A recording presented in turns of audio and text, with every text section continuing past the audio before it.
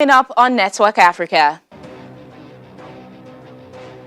South Africa deploys army to quell violence as former President Jacob Zuma faces court.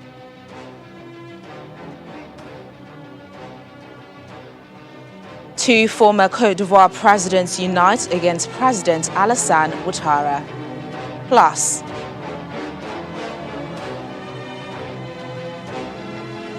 Tunisia calls for diaspora help amid COVID-19 case surge.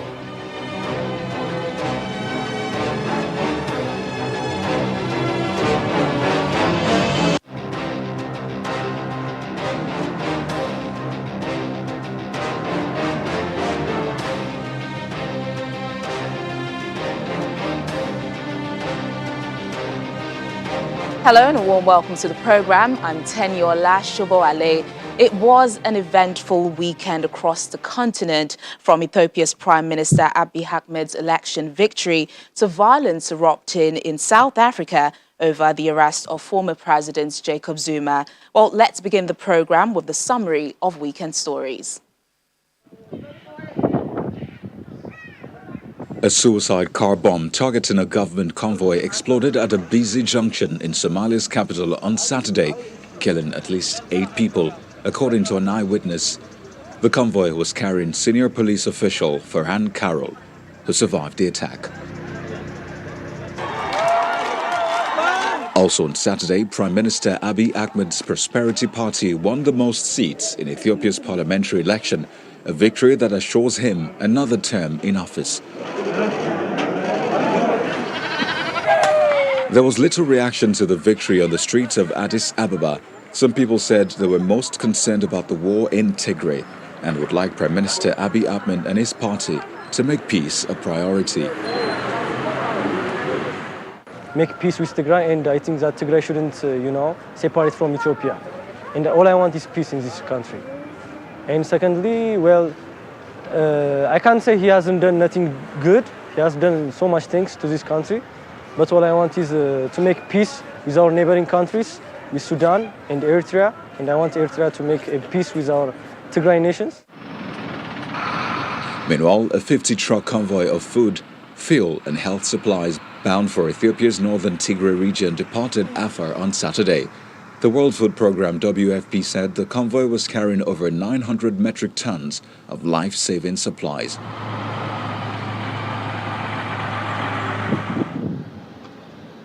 Away from Ethiopia, Rwanda deployed part of a 1,000-strong force to Mozambique on Saturday to help the country combat an escalating Islamic State-linked insurgency that threatens the nation's stability. The purpose of this mission, first of all, is based on a request by the government of Mozambique to the government of Rwanda to help support in conducting military operations, including security operations and stabilization, as well as security sector reform. Last month, the 16-member Southern African Development Community approved the deployment of a joint force to help Mozambique respond to the conflict that is concentrated in the northern Cabo Delgado province. And on Sunday, shops were looted, a section of the M2 highway was closed, and stick-wielding protesters marched through the streets of Johannesburg as sporadic acts of violence following the jailing of former South African President Jacob Zuma spread to the country's main economic hub.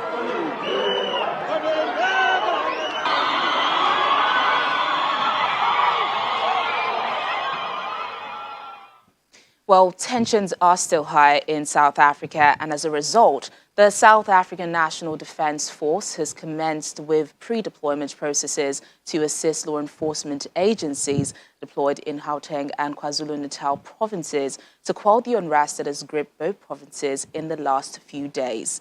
Well, this follows supposed Free Zuma protests, which seem to have been taken over by rioters on a looting rampage.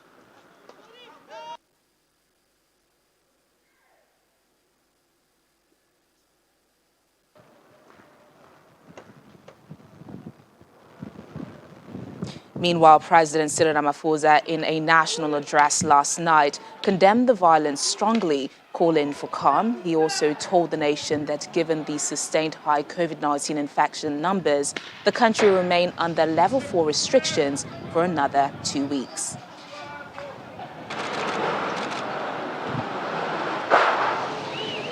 Two weeks ago, South Africa was returned to tougher lockdown restrictions level 4 as a COVID third wave gripped the country. President Cyril Ramaphosa promised a review in a fortnight, but with the record COVID numbers recorded in that period, he decided to leave things mostly the same for another 2 weeks. This means that from now until the 25th of July, the following measures will remain in place. All social, political, religious, and other gatherings remain prohibited. A curfew remains in place from 9 p.m. until 4 a.m. The sale of alcohol remains prohibited. Schools will remain closed until the 26th of July. With over 4 million people vaccinated and millions of vaccines expected, government is expanding the vaccine rollout to accommodate ages 35 to 49. However, a fire government now has to find a way to put out is the mass looting and arson being seen in KwaZulu-Natal province and several parts of Johannesburg in Gauteng. These acts are endangering the lives of people and damaging our efforts to rebuild the economy. Our Constitution guarantees everyone's right to freely express themselves and to engage in peaceful protest. While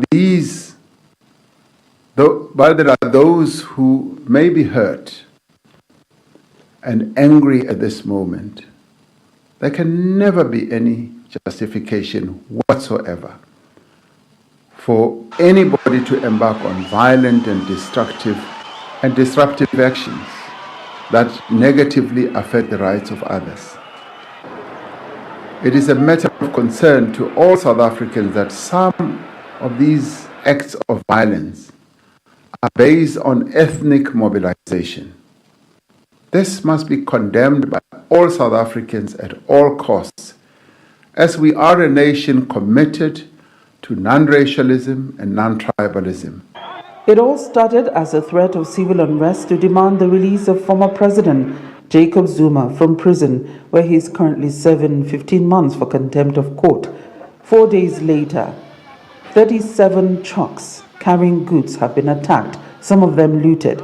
Shopping malls and street businesses have been vandalized and looted. Some journalists have even been attacked and robbed of equipment. And inciting rumors are making the rounds. So far, 6 people have been confirmed dead, and about 200 people have been arrested. Whether anyone will actually be brought to book remains to be seen. From Johannesburg, South Africa, Betty Dibia, Channels Television News. Well, South Africa's Constitutional Court has been hearing an application by the country's jailed former president to have his sentence overturned. His legal team is trying one last trick to have his 15-month jail sentence overturned. They want the court to set aside both the contempt of court finding and the prison sentence. Well, legal practitioner Idemudi Ariesi has been following this story with us. He joins us now from Johannesburg. Mr. Ariesi, amid widespread violence, the court has been hearing Mr. Zuma's appeal. Just fill us in on what has been said at today's proceedings.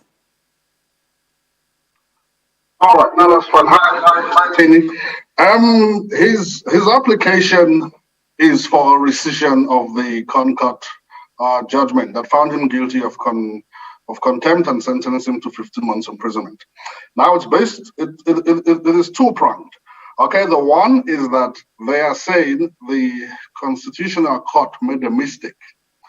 The second pronged approach is that they are saying the summary procedure in terms of which he was convicted and sentenced, which basically refers to Section 12(1)(b) of the Constitution, referring to his deprivation of liberty without the appropriate safeguards that are instilled in Section 35(3) of the Constitution. They are saying that, basically in terms of the second prong, he was convicted without a trial. So what we've had, as we speak, the hearing I think is even still on. So I'm not, and we haven't had the benefit of the papers. But from what I can gather, with regards to the fact that they made the mistake, they're saying the Concord made the mistake, they're saying the commission withheld information from the Constitutional Court to the effect that Jacob Zuma had health problems. And the commission's advocates are saying that's nonsense. We had no obligation, first of all, to inform the court. It had nothing to do with our application, whether he was sick or not. In any event, he was given a lot of chances to make those claims by making submissions to the Concord, and he refused to do that. Now, that is interesting, because what the Concord has held in the past is that if a litigant refuses to file papers, he cannot now turn around after the fact and claim that a judgment which was properly and legitimately granted, is now turned into an erroneous judgment. So I think that one, the commission was able to do away with quite easily. With the second approach, which is the summary judgment procedure, they are arguing that he's been jailed without a trial. But it is jurisprudence in South Africa. The court has held, and the court went through all of these cases. They have held on several occasions that with contempt proceedings, it is neither criminal or civil in nature. And as a result of that, it's a hybrid procedure. It's a hybrid procedure. You are not entitled to all the rights instilled in Section 35 as would usually be granted to an accused person in a criminal court. All the court has to do is ensure that his fair trial procedure rights are upheld. And the court bent backwards over to do that. What is interesting is that when his counsels were questioned by the judges of the Concord, the counsels actually admitted that, yes, okay, there are exceptional circumstances in which that can be done. But with the case of Mr. Zuma, he's 79-year-old, it's COVID. The point does remain that he was 79 when he defied the Concord. There was already COVID when he defied the Concord. In fact, he had said to the court, he referred to himself as a prisoner of the court in his last letter to the court where he was insulting them. So those are not new. Those were all known. The look of things is that the application will be dismissed. They haven't made out any proper grounds on which a rescission could even possibly, they have not even come close to making out a case for which a rescission application could be reversed or could succeed. So I also see this being dismissed at the end of the day. Yeah, so Mr. Resi, pending the actual outcome of this, you said that this application will eventually be dismissed. What other cards does Mr. Zuma's legal team now have to play after this? The Crown Court is the final arbiter of disputes between the state, between individuals. It is their last port of call. After this, I cannot possibly envisage any eventuality where he will have recourse to any other court. This will be the end of it. And the court has been at pains to state that at some point litigation has to end. You can't, if a litigant is allowed to approach the court time and time again, there will never be certainty of judgments, certainty of litigation, certainty of precedents. So I think he has, at this point, once judgment is handed down on this case, he would have reached the end of the road. So I don't see any other option open to him as far as the legal landscape is concerned. All right, then, legal practitioner, Mr. Idemudi Resi. It's always interesting getting your thoughts. We'll have to wait and see how this all pans out. Thank you once again for your time. Thank you, Tilly. Still to come on the program. Botswana finds another huge diamond in just a month, becoming the third largest ever found. More in a moment. Please stay with us.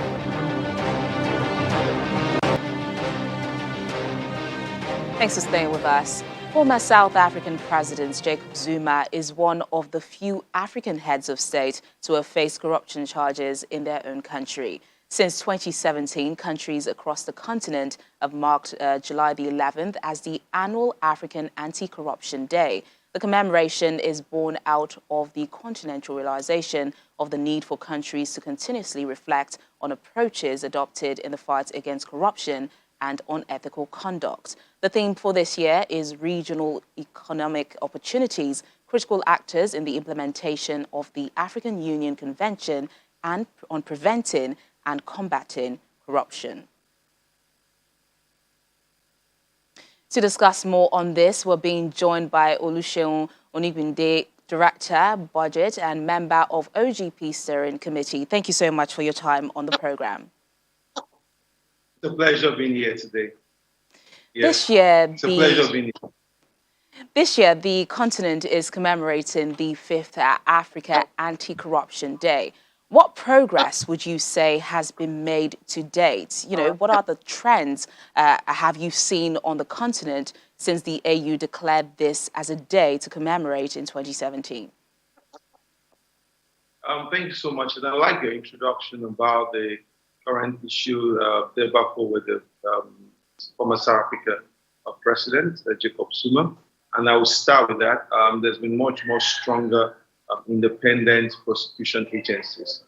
There's been a lot of interest to rapidly invest in that kind of space, where more the actors and prosecuting agencies have more leeway and more independence to be able to tackle corruption. That's one of the key tenets of the AU, so that power can be held to account. And we're seeing a good example of that in South Africa, that over the years, the office of the public prosecutor has been strengthened to a point that a president can be prosecuted significantly. The other thing is also the rise of co-creation mechanisms that the OGP, Open Government Partnership, has engendered across Africa. The OGP is a vehicle that allows co-creation between the civil society and the government to ensure that there are new ideas and commitments that can transform citizen experiences and ensure efficiency. One of the things that the OGP has done is to take some of these commitments and engage government and ensure that there's a mutual space of trust to be able to deliver on these commitments. That's one of the key trends. More organizations and more institutions are becoming members of the OGP, and more countries are also joining up within this. And the third thing is the rise of citizen power. Organizations like Budget, Mozambique, Twaweza, Decro, all scattered across the continent, Connected Development, PPDCs, Budeshi, are challenging power and also just rethinking norms about how governance should work. And you can see that most of the organizations are giving citizens simplified information and also applying the use of digital technologies to accelerate the fight against corruption. So those are kind of things I've seen as trends in the recent years. There's recent cases of outstanding instances or examples in Africa which have demonstrated progress in the fight against corruption, hasn't there? For example, like you referenced to as well, what's happening now with South Africa's former president Zuma. But how can the continent continue this trend? The only way to continue this trend is to recognize that people need to do much more in terms of working with institutions. Citizens need to hear their voices to be much more stronger in engaging institutions. And these are not just, we're not talking about institutions that just want to scream at government or shout at government. We're also talking about institutions that also want to hold government accountable and also do it in an atmosphere of trust. So we also have to make sure that citizens, civil society are empowered with the right information. And government is also trying to build conversation in a much more stronger way. That is what exactly I'm seeing as an opportunity for government in a way. Citizens and government need to do this differently. And it's about them co-creating new ideas in fighting corruption. Yeah. All right, then, Oluseun Onigbinde, Director, Budget and member of OGP Steering Committee. Thank you so much for your thoughts on Network Africa. It's a pleasure being here. Thank you so much. Well, in West Africa, two former Cote d'Ivoire presidents and long-term political rivals, Laurent Gbagbo and Henry Konan Bedie, have announced that they are uniting to oppose the current head of state, Alassane Ouattara. The three men have dominated the country's political scenes for decades. Mr. Babo, who is 76, recently returned to the country after being acquitted at the International Criminal Court. He had been accused of being behind the post-election violence that rocked the country when he refused to step down from power after the 2010 election. During that poll, Mr. Bediye, who is now 87, teamed up with Mr. Ouattara in the 2010 general elections. They subsequently fell out and he joined the opposition. Mr. Bediye and Mr. Babo say the urgent need to work for a return to a definitive and durable peace in Cote d'Ivoire is the reason they've decided to unite.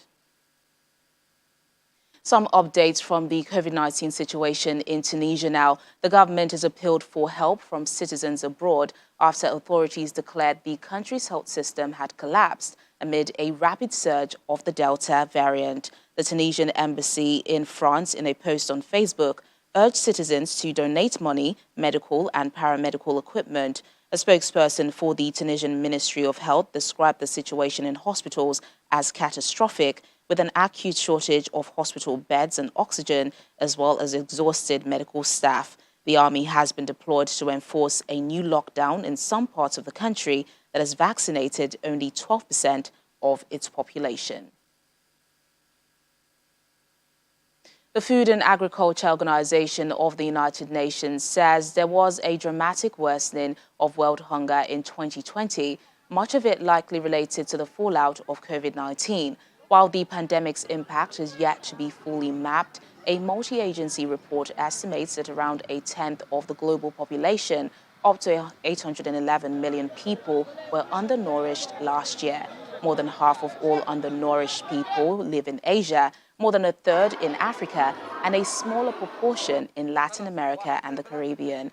The sharpest rise in hunger was in Africa, where the estimated prevalence of undernourishment at 21% of the population is more than double that of any other region. The main finding of this year, Sophie, is that even before COVID-19 pandemic, the world was not already on track to end world hunger and malnutrition in all its forms by 2030. Conflict, climate change, economic downturns have also challenged efforts to achieve food, nutrition, and security. In terms of the figures, this year, in 2020, we found that 720 to 811 million people around the world face hunger in 2020. This number is approximately 118 million more people that were facing hunger in 2020 with respect to 2019. What this means is that 418 million people are more undernourished in Asia, and around 282 million people are more undernourished in Africa. And in Latin America, we also seen an increase to 9.1% of the population being undernourished today. When we look at the real reasons behind hunger, always conflict, climate extremes, and economic downturns and slowdowns are the major reasons behind the increase in the hunger and the nourishment that we are facing today. Not only that, we also see that all these drivers are exacerbated because of COVID-19. And what also we see today is that access to healthy diets is a huge challenge. That means that today we have around 3 billion people that won't have access to healthy diets, which is the diets we need to be able to improve nutrition and improve any form of malnutrition in the world. Now, over in Egypt, let's meet Camilla Hamed, who at the age of 6 learnt the craft of coups, making fashion handbags out of palm fronds. The Egyptian woman who learnt the skill from her parents went along to teach it to her siblings and neighbors in Fayoum. They now make a living out of it. Take a look. Camilla Ahmed learned the intricate craft of coups from her parents at the age of 6. 6 decades later, the now 67-year-old has turned the generations-old skill of turning palm fronds into household items into a business which sustains her entire village of Al Alam, southwest of the capital, Cairo. My great-grandparents did this job, making coups. I learned it at the age of 6. I taught myself and my siblings, my neighbors, and then I taught the village. Girls would finish school and come and learn. The whole village learned and is working with Mrs. Camilla. The business has enabled the villagers to have some financial stability. 37-year-old mother of 6, Sabah Khani, says the work has provided her with a good income. And 70-year-old Urisa Mohammed, who has been working in Coos for 50 years, was able to support her 6 daughters' education. I've been in this industry for 50 years. Together, we work and make a living from it, for everyone and for my children. Known for its intricate designs, Coos is the craft of weaving bags, boxes, baskets and other products from the renewable palm fronds. The product's natural material and authenticity have made it popular both in and outside of Egypt. Ahmed says she and her fellow villagers are now producing on a mass scale, exporting to Arab and European countries, and even taking orders that pay in US dollars.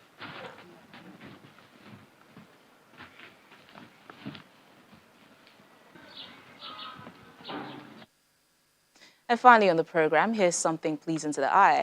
An exceptionally large and white diamond stone has been unearthed in Botswana, the second to be found in a matter of weeks. It was found by the Canadian diamond firm Lucara and presented to the country's cabinet last week, Wednesday.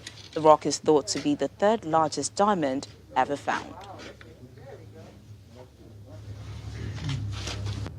So Botswana is not only producing the best diamonds, it's attracting the best in diamonds in order to deliver the best return for our people, for our roads, for our hospitals, for our schools, for our environment, and for development.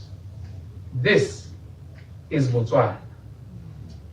And rest assured, in every natural resource that we lay our hands on, we want to move along and add value through the knowledge space and derive maximum returns.